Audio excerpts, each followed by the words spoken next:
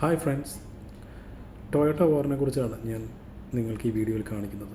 1980 മുൻപ് AK-47 ആയിരുന്നു ഏറ്റവും രാജ്യങ്ങളുടെ എല്ലാം ആയുധങ്ങളെന്ന് പറയുന്നത്.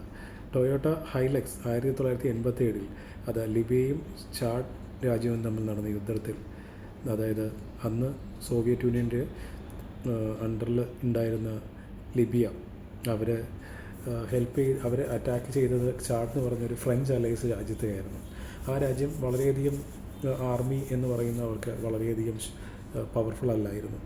അപ്പോൾ അവർക്ക് ഒരുപാട് റഷ്യയുടെ ഒരുപാട് സപ്പോർട്ട് ഉണ്ടായിരുന്നു, ആയുധങ്ങളായിട്ടും വെപ്പൺസായിട്ടും ലൈക്ക് ആർട്ടിലറി ആയിട്ടും അതുപോലെ ഫ്ലൈറ്റ് ലൈക്ക് എയർക്രാഫ്റ്റുമായിട്ടൊക്കെ ഉണ്ടായിരുന്നു. പക്ഷേ നമ്മുടെ ചാഡ് രാജ്യം എന്ന് പറഞ്ഞ ആ രാജ്യം അവർ ഫ്രാൻസിനുമായിട്ട് സപ്പോർട്ട് ചോദിച്ചപ്പോൾ ഫ്രാൻസ് അവർക്ക് കൊടുത്തത്